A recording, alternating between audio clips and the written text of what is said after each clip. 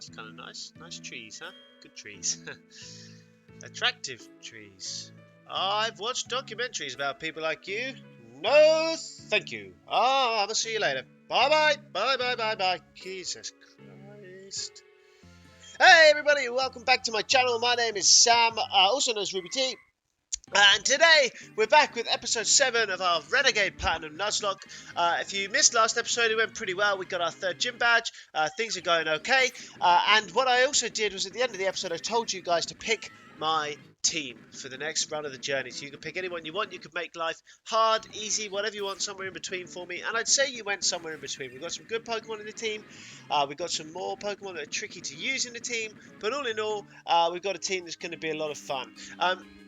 After I did a hell of a lot of grinding, we decided it was time to go and get our next encounter. Now we were allowed out to the next route. This is the team we were going to be using.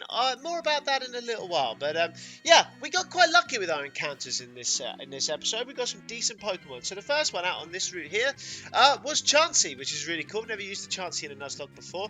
It took a while to get this thing in a flipping Pokeball, but we got there in the end. And the next name on the list that you guys have given me was Kenobi. So we have Kenobi the Chansey, who's in the PC.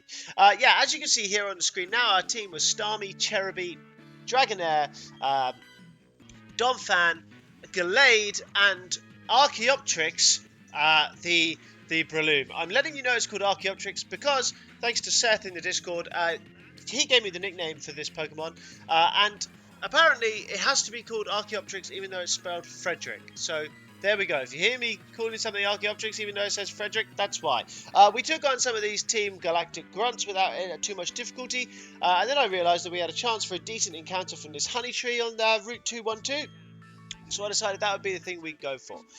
We slattered the bark with honey, and our encounter was an Execute, which is pretty cool. I quite like Execute. It's better than some of the rubbish we could have got. So, you know, pretty happy with that all round. We managed to catch the Execute, named him Sarge. Sarge the Execute went to the PC, and we continued along our journey, battling some more Team Galactic members. So upcoming in this episode are some very, very tough battles. These were not so tough. We managed to blitz through, Perfrank the Gallade, really dealing out a lot of damage, dishing damage to everybody like he just didn't care at all. He smashed through this Dustox and the Purloin earlier on, without the Glameow, without any trouble whatsoever. Really not being bothered by these Team Galactic grunts. Next thing, we came up to the gates of the Pokemon Mansion, which Team Galactic have taken over because they're the bad guys, and apparently since the actual police can't do anything, they've left it to this small child. They sent out a Lunatone and a Solrock. We sent out Archaeopteryx and Turtwig, the Breloom and Dragonair, and we didn't really have any problems with them. Aquatel one-shotted the Lunatone, and Seed Bomb did the same thing to the Solrock. They then sent out another Lunatone and another Solrock, and we managed to blitz through those two, unsurprisingly. So things were going pretty well. The team were looking good. We weren't really facing much of a challenge. We weren't over level because the last gym leader was at 33, so there's not really a lot we could do. Barry turned up, said something annoying, and then he buggered off up there. And then we entered the Pokemon Mansion. Didn't really know what we were going to find in here. Didn't know if anything had changed from the main series games. Only I remember coming to the Pokemon Mansion from the other side on the main series games. But yeah, there we go. We took out some of these pesky poison type Pokemon. Turtwig's Dragon Rage coming in clutch when we didn't have any super effective damage to deal. Because Donphan was a bit out of action. He'd taken a couple of hits, I didn't want to risk him. So yeah, things were looking good. And then we came across this irritating battle. You have to beat this trainer.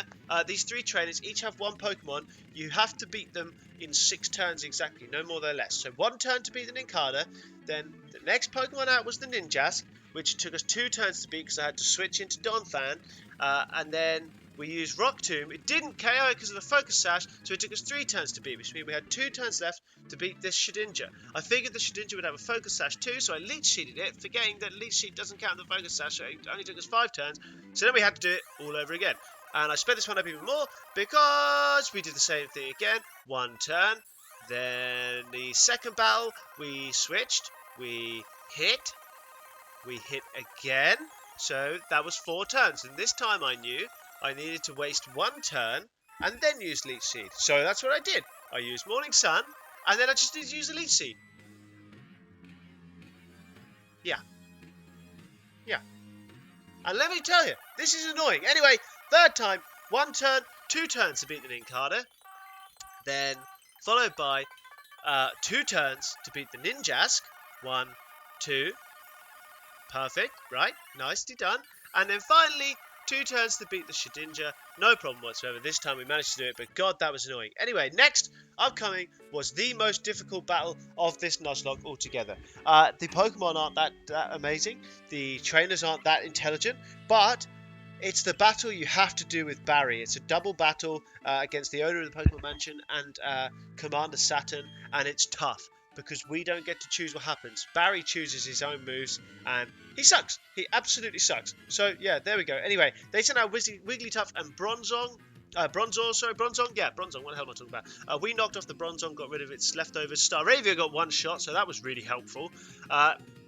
Then we decided to go for a Bulldozer. I don't really know why. I should have gone for another knockoff, but hey-ho, there we are. What can we do? Snorlax gets Z headbutted. Then we decided to knock off into the Bronzong. Thankfully, we get a crit, which was a really nice little bonus there. Snorlax was just boosting itself until it decided to eventually body slam. Octillery came out, so we decided to switch. And this is where things got tough, because once you have to start switching, you lose a lot of momentum. And if the Snorlax or Barry's Pokemon aren't going to do what you want, it gets really, really hard really, really quickly. We got Flamethrower. Balls just survived. Literally only just survived, which was absolutely clutch, but a genuine issue. So we went into Turtwig, we got Thunderbolted and Flamethrower, which means it was the right decision. The Raichu went down. This is really getting into difficult territory. I had to have a quick look up at the moves they've got, and Octillery had Ice Beam, so we could have genuinely gone down again here. I didn't really know what to do, so I took my time thinking about it, because of the Ice Beam was coming out. We had to go into Perfrank. We took a Dazzling Gleam, which I wasn't expecting, so Perfrank was now down to low health, and Snorlax just wasn't doing enough damage, and the Espeon had a Citrus Berry. This was tough. This took all of my concentration, all of my Nuzlocke experience to be able to get through this battle, because this is hard. You guys just given me these Pokemon to use. I didn't want to lose anybody and did not want to sacrifice anyone. We could have very easily sacrificed 1 Pokemon and then got through this, but I didn't want that to happen. I did not want that to be the case, so I really, really put the effort into this one. I figured we were going to get Signal Beamed here, because that's a super effective attack onto the Starmie and would have KO'd it, which means that that's what this that's what it's going to go for. So I used Recover. We didn't take too much from it, which was really, really nice. We recovered again, Espeon Power Gemmed, and we got Signal Beamed, and we still survived, which meant we were down to only 1 side. Still, though, we had the issue that a Signal Beam at this range is definitely going to kill us, let alone a crit. So we switched into Archaeopteryx.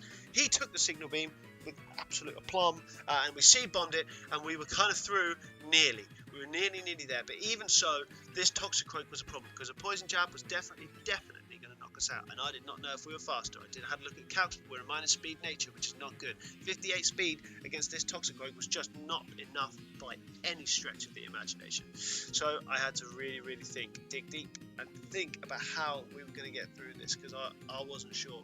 I figured a poison attack was coming our way, and the only person who was definitely going to take a poison attack was Happy.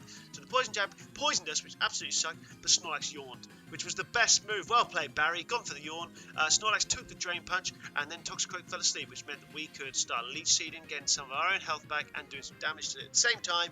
And that was it. We were done. We managed to finish off the Toxicroak, and we got through this genuinely very, very difficult battle. So yeah, whew, thank God. Anyway, finally, Mr. Backlot had a little chat with us. He let us know. He said, "Hey, guy, look, why don't you go out into the garden, have a nice time?" He offered us an egg for a mana feed, but since we're not accepting gift Pokemon, we can't take that egg. We ran out into the garden, and on our sweet roll of lucky encounters, we got Porygon, which is awesome. I absolutely love Porygon. It's such a cool Pokemon. We managed to catch this thing, which was sweet. Really, really nice. Really, really pleased to use Porygon because it's awesome. We named him Hammer, named it Hammer, and that was it. I decided that was enough for one episode. I was tired. We'd been working our absolute arse off all episode, and that would be enough for today. So there we go. Let me know what you guys thought of today's episode. I hope you enjoyed it. I hope it was a fun one for you. And let me know if you want me to use any Pokemon specifically. If there's anything you want me to use, any Pokemon you want to see. If you're in the mood for a more light-hearted and more kind of light-themed Nuzlocke, my friend Rhett is doing a playthrough on Pokemon Let's Go. He's just managed to bring it back from the brink of defeat. So it's really, really exciting, but also a bit more story-based and a bit more fun and a bit less like technical and, you know, peril all the time. So yeah, if you like that, go and check him out in my description. Have a great day, guys. Thanks so much for watching, and I'll see you soon. Bye-bye.